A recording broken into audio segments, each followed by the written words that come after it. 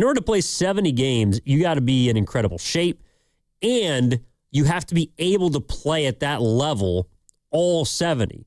There are no games off. If a guy is tired, it's almost better to just have someone behind him who can run and sprint and give you energy and do all of the things required to be successful, at least in the regular season in 2025-26, than a guy who is playing at 60%. And that's what the Warriors did tonight. They said, tail end of a back-to-back, we got the game last night. The Warriors came to Minnesota looking for, let's just be honest, a split. And that's what they got. They won last night, 111-85. And they lost tonight, essentially an inverse basketball game, 108-83. That's how it went down. Curry got his last night, taking tonight off. Draymond helped last night, took tonight off. DeAnthony Melton, same thing. Al Horford, same thing. Kuminga obviously was already hurt. Jimmy Butler was already hurt. And so, we were talking about it here in the back at the Laughing Monk Studios. How did this game get so far out of hand? And I had a buddy who texted me who was just tuning in to the third quarter. And you're right, 808. By the way, is that out in Hawaii? I see you, man. The 808 chiming in. 3 hours behind. So you really had to be locked in to get on that game early if you are where I think you are. On the Boxer and Gerson working to return his text line. Tough watch, man. You have to be insane like me to watch this start to finish. I applaud you. I applaud anybody out there that watched and or listened, obviously, on 95.7 The Game to the entirety of this game because it was a hard one to get through. These are the kinds of games that make you a real Warriors fan. I'm serious. Because for every game like this, there will be a game in the future in which you'll get to say, you know what? Yeah, I've seen some tough matchups. This game was a tough one. It might have been the toughest game of the entire season to watch, just based on not just the sheer lack of points that they scored, but if we just want to go down the list real fast, the Warriors did nothing well tonight. Virtually nothing well. Shooting, nope. They went 9 for 39 from 3. They made their last 2 though. Free throw shooting, nope. 8 for 13 from the free throw line. Buddy Hield missed 2 free throws tonight. And he's a good free throw shooter. Ball security. Talked about it in the first half, but nope. 19 turnovers, 23 points off. Though they had less turnovers than the Timberwolves, they gave up more points off their turnovers. Rebounding, nope.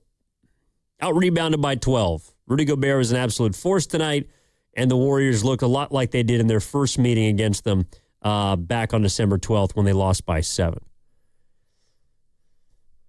There wasn't a whole lot to take away from this game. This is one of those burn-the-tape type contests, and you move on. Because, sure, there were a few guys that had a couple good moments.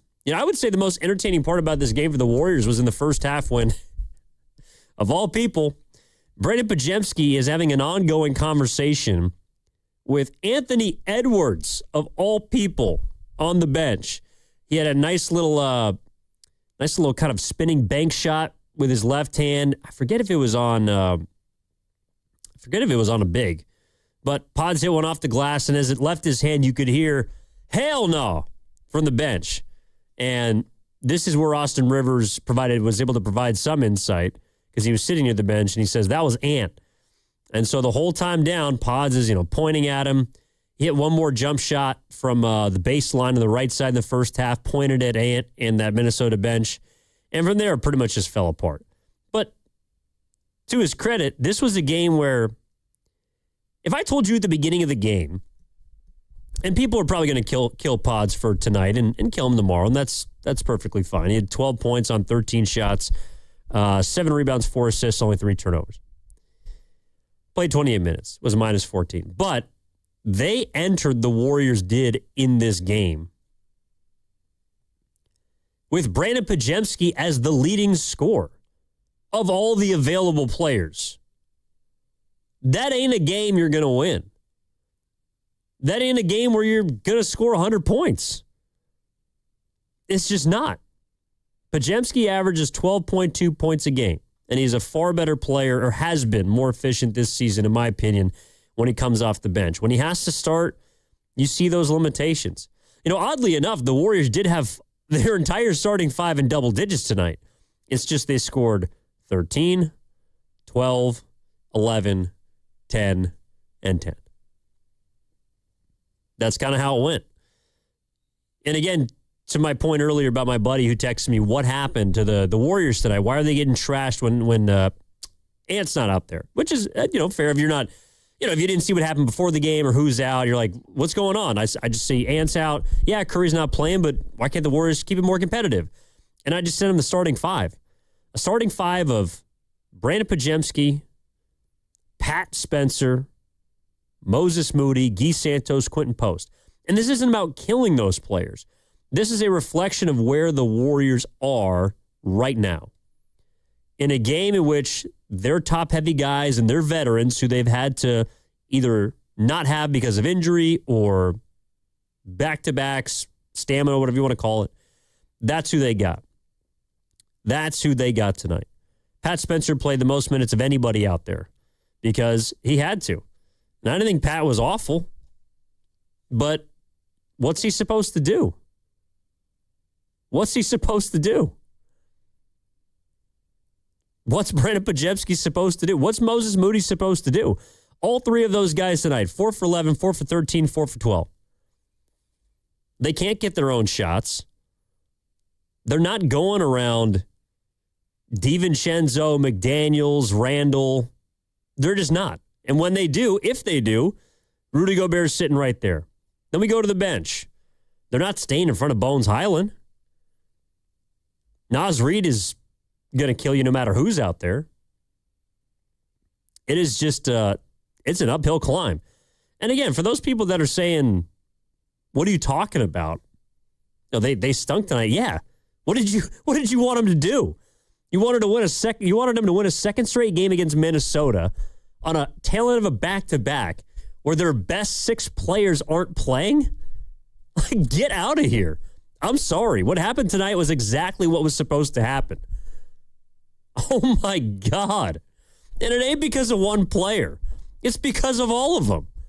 I really don't understand why anybody would look at this game and pin it on one person or even two. This is a game that this is the definition of a scheduled loss. And I got some thoughts on the broadcast coming up, but to me, spending time going down the list of players who to kill, to me, that is what's going to eventually separate you as a Warriors fan. If you can sit there and watch this game from end to end, that to me is a reflection of how much you have invested in this team. But going down the list and killing it, like, that's not what I'm here to do. I'm not going to do that.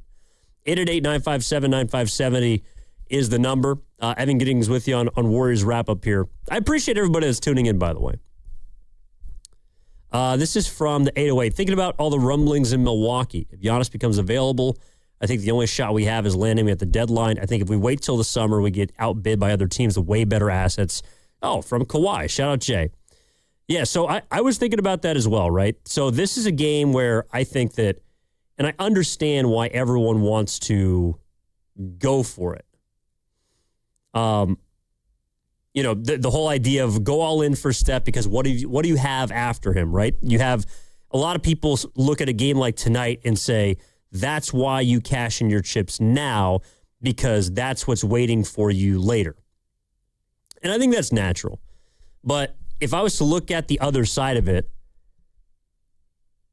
I would also think that, maybe this is where I'm different, but I look at it as that's what the Warriors also have to, at all costs, avoid.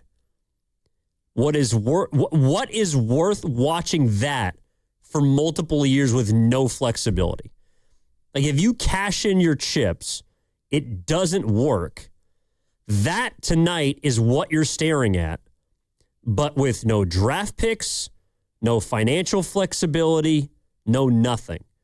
So if that tonight is worth watching for multiple years to go all in for right now in a season that to me is not going to amount to much, maybe Giannis is the one player. I think it's more viable to try and get him during the summer. but maybe you try and swing a trade now. To me, I'm just not sure that that's going to prevent what we saw tonight from occurring. The only difference is you don't have any way to try and dig your way out of it. And that's the rock and the hard place the Warriors are stuck between now as they sit with, I believe it's 3 games left until the trade deadline. They have 3 games to decide whether they want to add to this roster, go all in for this roster, or sit with this roster, lay in the bed that they made, and try and make a choice during the summer, whether it's through the draft or going after another player. And I don't think the all-in strategy is one the Warriors are going to be aiming for. I don't. And I don't think it would be wise to do it now. Because there is just so much that can go wrong. And I don't know how much can go right. If it was a one-move Band-Aid over everything, that I would hear. And maybe you can help me find it or see it at 888-957-9570. All right, let's go to Michael, who's in San Jose. Michael, what's going on, man? Good evening. Thank you for watching the game, by the way. That was a tough one. What's up? Warriors fan here. Yeah. I think all of us shouldn't take this too hardly because, it's tough to lose, but the city of Minnesota needed to win because they're facing a lot right now. And so, I'm perfectly fine with a loss to them. Give them the win and hope things get better for them. No, I got you, Michael. It's very kind. Yeah, I mean, I think they were going to get that win regardless. Obviously, thoughts and prayers out to the city of Minneapolis. They've been dealing with a lot of crap lately. But I just think that this is the kind of game where, like, it's easy to look at, I think, tonight and say there's more important things happening. But I just was left at the beginning of this game, before it got out of hand, before the Warriors started to kind of show their true colors. Tonight's a game where at least I was left feeling like the NBA had a problem. That game tonight it's what's wrong with the product. And I understand there's more important things happening in the world, specifically in Minneapolis, but neither team really, watching them play, neither team really gave a rip tonight. And they told you before the game. The Warriors sat Steph, Draymond, second out of a back-to-back. Melton, Horford not playing. Kuminga's out, Butler obviously. So the Warriors are punting on this game because they already got the first in. That means there's one star to watch in this game. There's one. His name's Anthony Edwards. He's my second favorite player to watch outside of Steph. And he's a late scratch.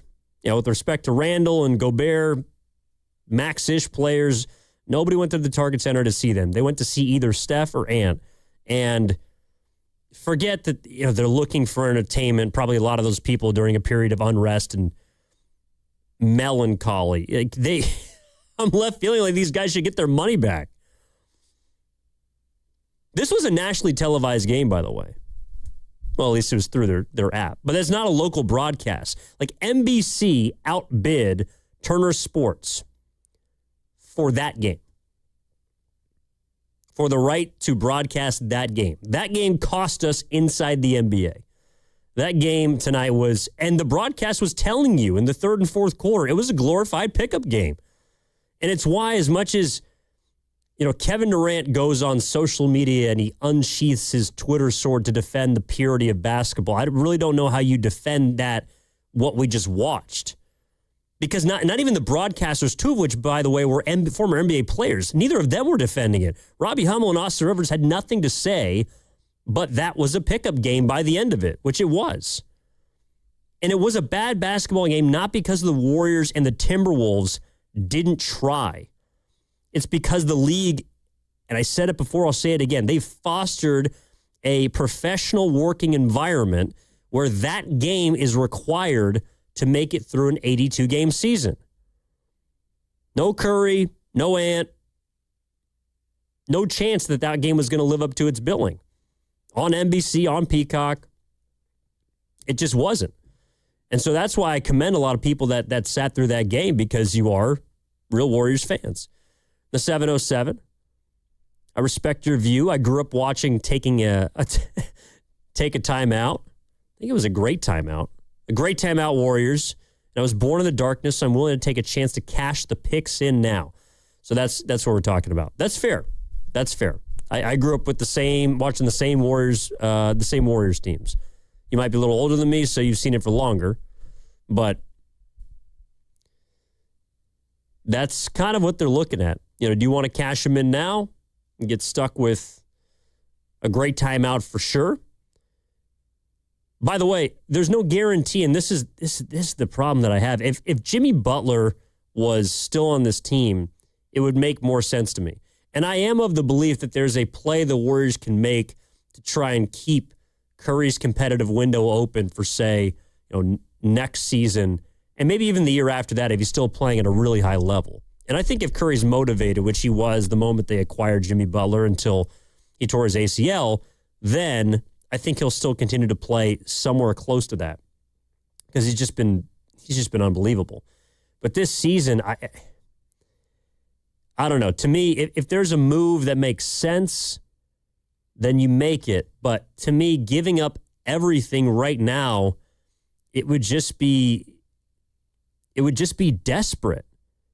And oftentimes, actions made out of desperation do not yield positive results.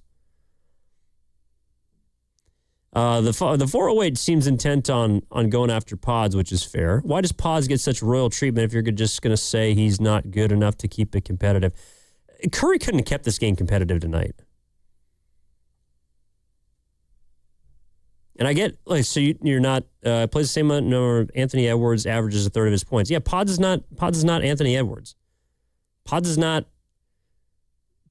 on this Warriors team at full strength is a bench player. That's what I'm saying. He's playing up, just like Spencer's playing up, just like Guy Santos is playing up. Those guys aren't starters. And that's what's going to happen when you throw all five of them out there at the same time. You're going to get a game where ideally you don't score a season low, but you're not supposed to win that game on the second night of a back-to-back against an actual good team that just lost and was embarrassed the night before at home. All right, let's go to 888-957-9570 is the number. Ryan, who's in San Jose. Ryan, what's up, man? How you doing? Hey, I'm doing great. So I kind of disagree with what you're saying about Pods. Sure. I think he gets enough minutes that we should expect more from him. I don't think that you can just lump. He's not a bench player because Kerr starts him. He's come off the bench for the majority of the season, Ryan. When they've been full strength, yeah. But I mean, in the beginning, didn't he start? He started at the beginning of his career, yes, but this season he's been primarily a bench player. Now he has to start now because Butler's out, and we can debate whether that's right or not. But this season he has not been a starter. That's true. It's just he gets so many minutes and he scores so little. He doesn't get us a lot of assists. I mean, he really is just a connector, and I just don't. If he's talking trash to Anthony Edwards, what is he doing? Why would he do that? It makes no sense. I have no idea why he's so delusional. He averages 12 points a game, or it's completely embarrassing. I just don't understand why he gets so much playing time. You mentioned Pat Spencer, you mentioned Guy Santos, but those guys don't play sometimes. This guy plays all the time, and he never steps up. He's completely a front runner. He only plays well when there's a bunch of other talent around him. No, thanks for the call, Ryan. Yeah, that's all good. Pods is too important for what this team is right now. That is something I feel like we can agree on.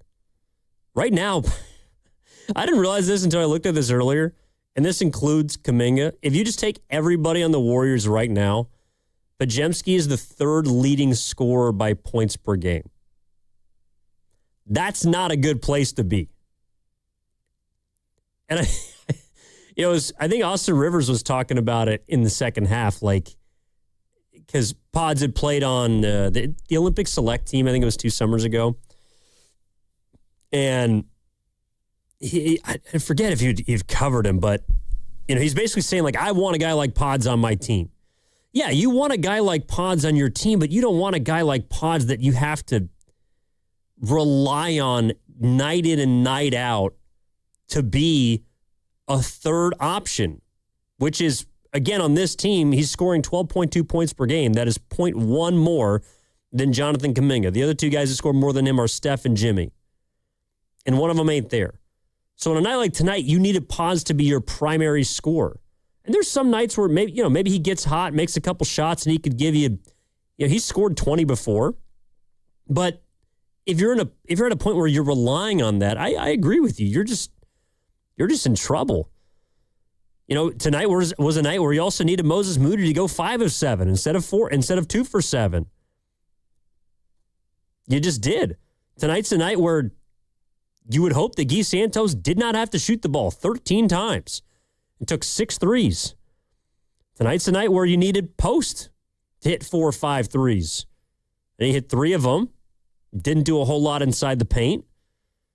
And that's why you're stuck looking at a scoreboard with 83 points, because you could not get anything against Minnesota.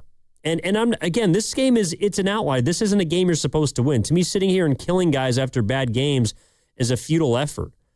Talking about Pods is supposed to be playing better than he is. You needed Moses Moody to play better than he is. He starts more than anybody else right now in the starting lineup besides him and Post. Post gave you probably what he generally gives you when he does start, alongside Curry, alongside Draymond, and when Butler was here, Jimmy. 13 points, hit 3 threes, 5 rebounds, a block. That's a Quentin Post night. You needed other guys to step up, and unfortunately, they could not. All right, let's go to Jay, who's in Reno, wants to talk about the roster. What's up, Jay? You're on Warriors Wrap-Up. How you doing, man? Hey, Evan. How are you? I'm doing good. Fantastic. What do you got, man? Tonight was a tough watch. Honestly, I felt like we were watching a glimpse of the future, potentially, if we go all in for the incorrect player, like giving up 3 or 4 first-round picks, because tonight I felt like I was watching a 2005 game again, honestly. It was a tough watch. I'm not mad. I expected them to get blown out, but it just had me thinking about, like, if we do make the incorrect trade for the incorrect player, giving up all our future assets and picks, things could look like this tonight. So I wanted your thoughts on that. Thank you. So, Jay, hold on for a sec, Jay. My bad. These are rented lips. So you're saying you'd be willing to mortgage the future to try and help the now. Is there any part of you that is worried about 2005 lasting multiple years because you don't have any sort of picks to help that? Yeah, I mean, honestly, but when Steph Curry's gone, I feel like a lot of guys won't want to come here because they're going to be living in a shadow, like free agency-wise. And I don't trust our front office drafting. They haven't really shown. I mean, I know they hit on a few second-round picks, but just a free first round anyways. I know we never really had a shot because, we've been winning these titles over the years. But I'm just saying, if we do make a trade, an all-in trade now, and for the incorrect player, we could look at this game like in the future, next 5-6 years from now. This is how it could be. That's what I came away from this game, just thinking about the future, and if we do go all in, and that ramifications of all that could happen, and we could look at like a 20-win season, for the next 5-6 years. No, totally, Jay. It's funny you mentioned that because again, here in the studio we're talking about what happened, and I appreciate the call, Jay. We're talking about what happened tonight and why the Warriors look so bad and what can they do. And one of my thoughts was, well, yeah, that team tonight is a 20-win team. And so I think you hit the nail on the head. If that's what we're looking forward to after Steph, then you are looking at 21 teams. The issue is, I would prefer to not watch a Warriors team that's a 20-win team and that doesn't have a draft pick. You know, to me, up until it was like a month ago, maybe a couple weeks ago when the Clippers started to turn it on, the team that the Warriors were headed towards being, in a sense, or maybe not headed towards, but the team you wanted to avoid being was the LA Clippers. So the Clippers have won, 8 of their last 10. So prior to that, they were 13-22, which put them right in between because you want to do everything you can to help Steph now. But even he and Draymond have talked about, and I take Steph's words more than Draymond's at this point, but you know, you don't want to leave this franchise in a desolate place, to sort of paraphrase, by doing something that is at a disagreement with their organization, maybe in the way that Jimmy Butler was. You know, you're looking for a Jimmy, right, to replace Jimmy. But somebody that can step in here, maybe help you get into the play-in or playoffs, and is going to be around next year to buoy this team alongside Curry to where when Jimmy Butler does eventually come back, probably in January, February of next year off of an ACL tear, then that can be like the shot on the arm. We were talking about this on Stein and Guru today, and I, you know, in a perfect world, it's almost like you're bringing in a guy that can be what that can help you stay afloat, while Jimmy Butler next year becomes, in a sense, what Klay Thompson was in 2022. Klay Thompson was a guy that whatever the Warriors got from him was going to be gravy. And what they got from him was a starting caliber 2 guard that could score 20 points a game and that only had to play 30-ish games after his 2 catastrophic injuries, obviously, and that was fresh enough for the postseason to help you win a championship and be a big part of it. That, to me, is what you're hoping Jimmy Butler can be next year, even though he's 37 years old. Might be a little, again, ambitious, but that's what I think you're hoping Jimmy can be at this point. You know, interestingly enough, Klay Thompson was also a massive salary that the Warriors did not get anything from for 2 years. Jimmy Butler is going to be a massive salary now that they're not going to get anything from for the remainder of this year and for just about the first half, optimistically, of next season. And so it's kind of the same thing. But in the meantime, can you put together a team around Curry that resembles something similar? You know, I think that 2022 team they were great defensively. They obviously caught fire at the beginning of the year and really meshed. That's one thing that I think has sort of, I don't want to say messed up this season, but next year, you know, there's got to be a greater importance placed on getting off to a good start, because if you're in this place, you're fighting so badly from the play-in to jump these teams. Heck, I was not that impressed with Minnesota these last 2 games. I have not been that impressed with Minnesota this entire season. To me, of all the good teams in basketball, and maybe just the West, I honestly do not watch as much of the East as I do the West. I just pay attention to, you know, kind of the top 4 or 5 teams. Like, checked out the Cleveland Magic game earlier before on Peacock. I'll watch some Detroit, who's coming to town very soon. Boston, who we're going to see soon. But the West, of all the good teams, and I do think Minnesota's good, right? They've made back-to-back Western Conference conference finals, pardon me. They're a good team. Of all the good teams in the West, Minnesota is the most unserious. They play with their food. They mess around. And I realize that, you know, Kerr talked about the team last night feeling or looking defeated in the wake of a tragedy that happened on Saturday. And that's fair. But this isn't something that also just happens in a 1-game or 2-game span. Minnesota has not been playing good basketball for the better part of 2 weeks. And that's why they've lost 4 of 10. Or pardon me, they've lost 6 of 10. They're 4-6 in their last 10. They have not been playing good basketball. I think it was a 3 or 4 game losing streak coming into the this home and home. So Minnesota turns over the ball. They're loose with the ball. There's so many times tonight where you're just watching them play. Like DiVincenzo, I think he only had 2 turnovers, but both of them were just absolutely boneheaded.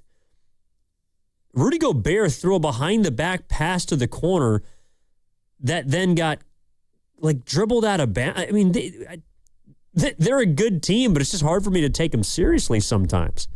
And that's why tonight as well was also just such a tough watch. It wasn't just that the Warriors weren't playing well. I didn't really feel like the Timberwolves played that well. And they just messed around for basically all but the 6 minutes right before halftime when they went on that 21-4 run. And then at the end of the third quarter, the beginning of the fourth, I think they just basically relied on the beginning of the third quarter when they sort of pushed their lead up. I think they just relied on the Warriors to not make shots. They just felt like the Warriors were eventually going to slip away, and they did. I mean, they started that second half 3 of 15, 1 of 7 from deep. The Warriors did. They could not buy a shot, even if it was wide open. All right, we got to hit a break here. We'll come back on the other side. I do have Steve Kerr for you and his full sound bites after this game. 108-83. Timberwolves beat the Warriors. You're listening to Warriors Wrap Up on 95.7 The Game with Evan Giddings. Again, 888-957-9570 is the number. We're back after this.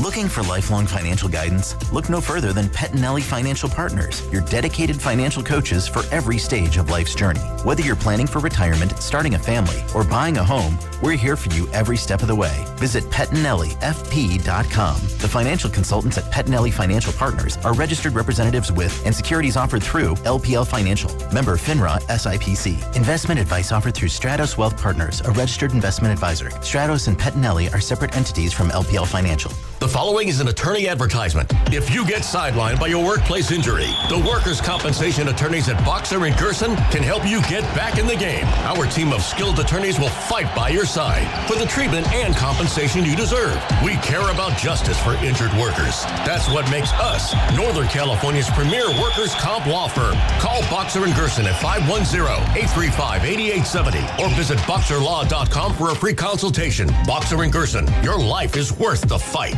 Finding great candidates to hire can be like, well, trying to find a needle in a haystack, but not with ZipRecruiter. Its powerful technology actively finds and invites qualified candidates to apply to your job. So while other companies might deliver a lot of hay, ZipRecruiter finds you the needle in the haystack. See why 4 out of 5 employers who post a job on ZipRecruiter get a quality candidate within the first day. Try ZipRecruiter for free at ZipRecruiter.com/free. That's ZipRecruiter.com/free. ZipRecruiter. It all comes down to this, folks. Yep, the entire season is on the line. But my throat has officially thrown in the towel. Sounds like you need Vicks VapoCool drops. They're max strength and vaporize sore throat pain. Whoa! These VapoCool drops hit fast. Speaking of fast, did you just see that play? Yeah, he vaporized that ball. That pun should have come with a penalty. Vaporize sore throat pain with Vicks VapoCool drops. Use as directed. Visit Friedman's Appliance in Pleasant Hill to see the full selection of Thermador appliances. Thermador provides a range of possibilities, from refrigeration to dishwashers or cooking with steam or convection. Come into Friedman's Appliance, and right now, you can receive up to 3 complimentary gifts with qualifying purchase. See all Thermador appliances displayed beautifully in live working vignettes at Friedman's Appliance in Pleasant Hill and at friedmansappliance.com.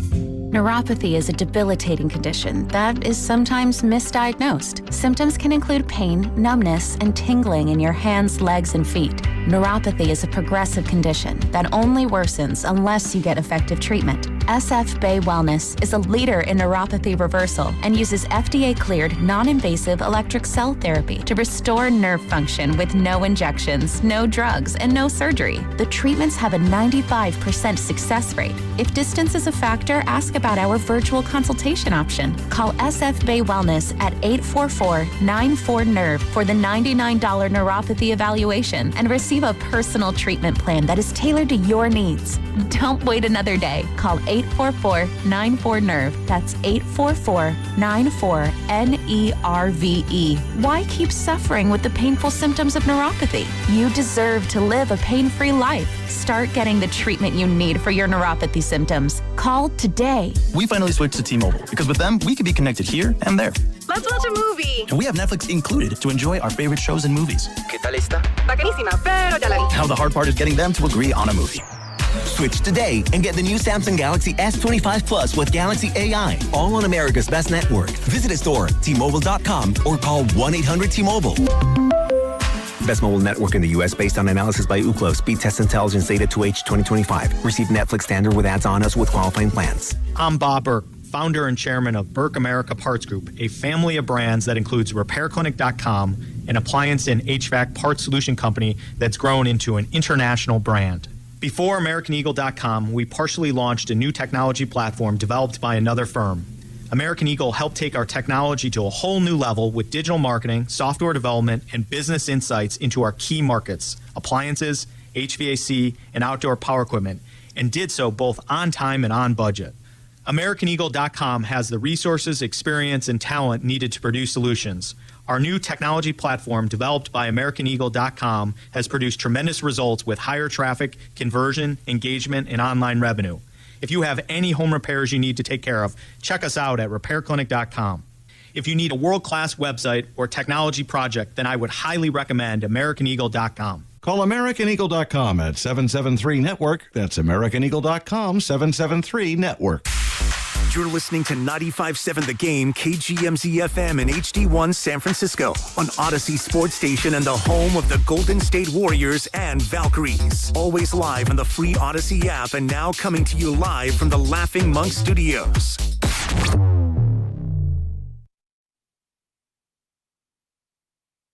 Picked out of the air by Santos. Gobert goes tumbling down. Ball to Podziemski. Podziemski left corner, Richard. Back to Pods. To Santos. Top of the key. Three. Good. Golden State getting some excellent ball movement there. Now back to Warriors Wrap Up on 95.7 The Game. Tim Roy on the call. Santos' lone three tonight knocked down. The Warriors unfortunately go down big time. 108-83. Blowout defeat tonight. But this is the thing. They came into Minnesota and they got what they wanted. A split against a team who was better than them, against a team at more full strength. And the Warriors now have 3 games to do some evaluation internally and figure out if they want to or can make a move at the NBA trade deadline, which is again on February 5th at about noon. So they play that day. I think they either play the Phoenix Suns or the Knicks. They play the Suns. They play the Suns on February 5th. So they got Minnesota, or had Minnesota tonight. Utah, Detroit, Philly. Next 3 games before the deadline. All right, 888-957-9570 is the number before we get to Steve Kerr.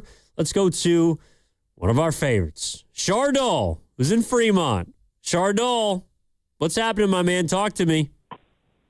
Hi, Evan. I'm a big fan of your YouTube channel, 95.7 The Game. You make some great content videos on the platform. As the Golden State Warriors suffer a 108-83 loss against the Minnesota Timberwolves, and we were outplayed and out-hustled against an impressive Minnesota T-Wolves team consisting of Jaden McDaniels, Rudy Gobert, Dante DiVincenzo, and Julius Randle. And they will bounce back after this pathetic loss when they go up against the Utah Jazz on Wednesday from the Delta Center in downtown Utah. I love everything you do on the channel, bro. Everything keeps supporting you, man. You're my boy. I always love talking to my boy. But it's great calling the Warriors Wrap Up, and hope you have a great rest of your night. Chardol, you made my night, man. Thank you so much. Whenever I'm on, I look forward to you calling in. I've been missing you.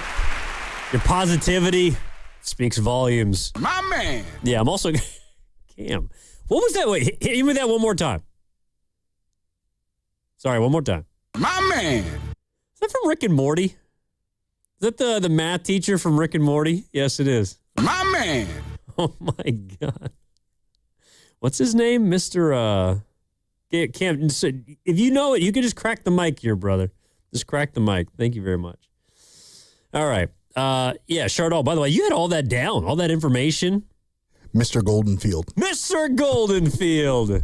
Yes, one of my favorite episodes. My man. Back from season 1 where they incept him in order to get Morty good grades. Ends up being an absolute rock of an episode.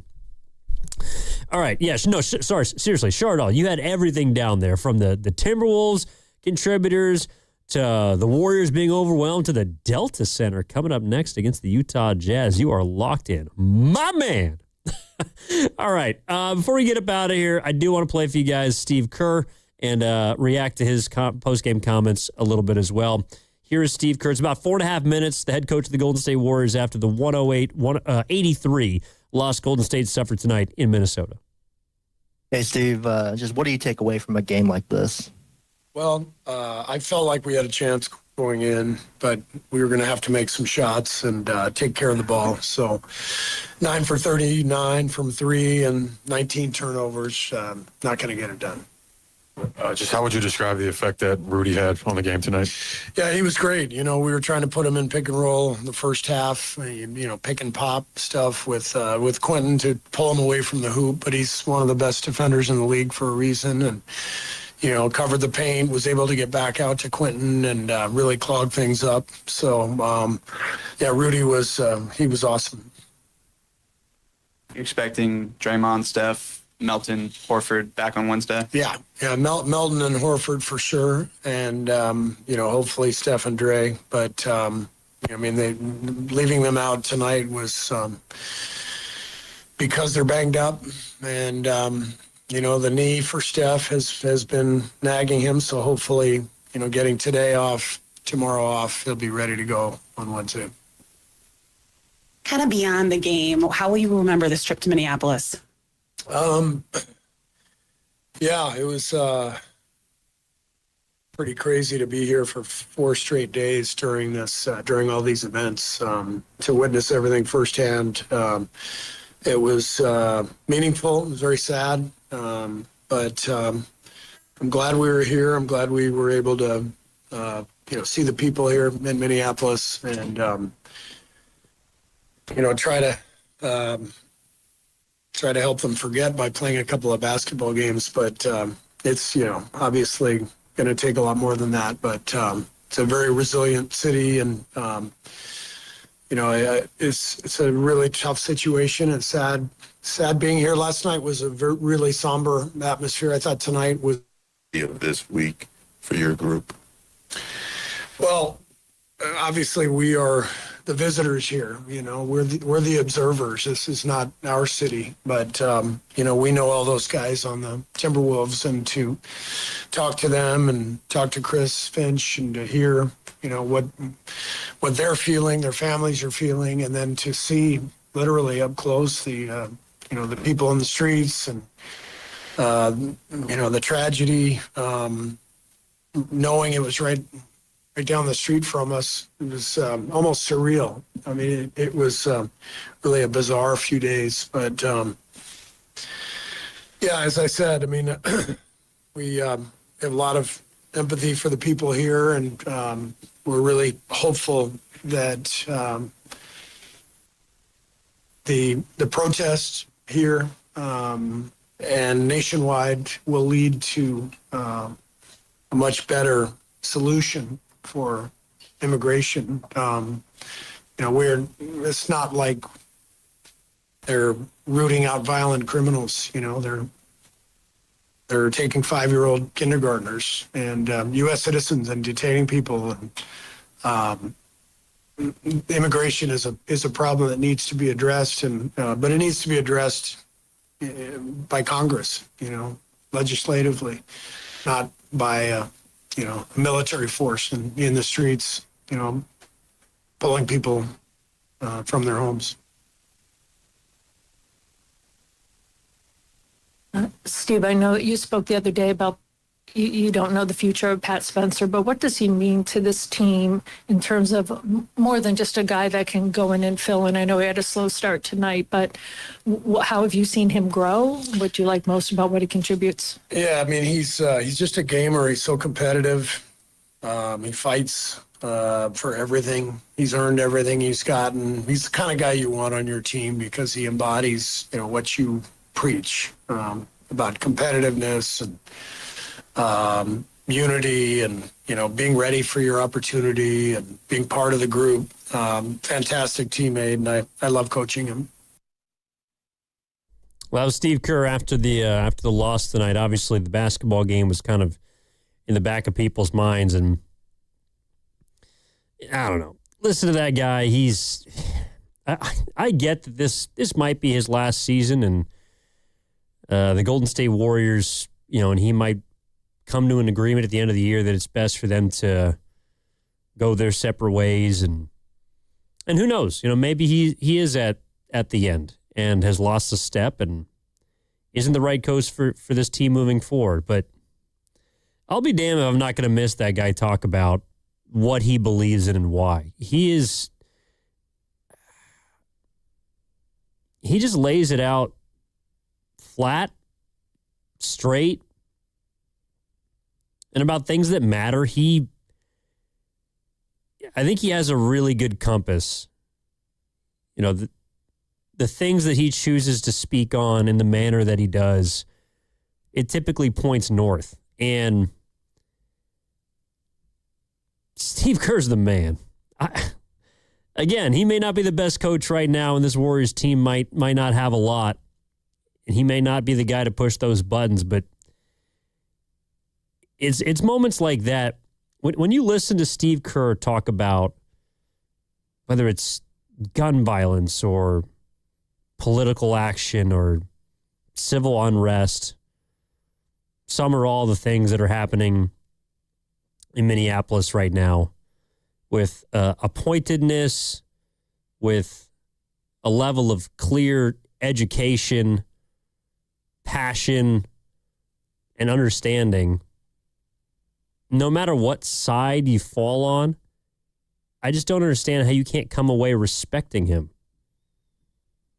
He's a clear communicator. He lets you know exactly how he feels. And he's done this since the moment he's become head coach of the Warriors. He's never been afraid. He's never shied away from these subjects. In fact, I believe that he looks at what he does as a platform that not many people have, and sometimes it feels like he speaks with almost a responsibility to talk about these subjects because they are difficult. They do impact real lives.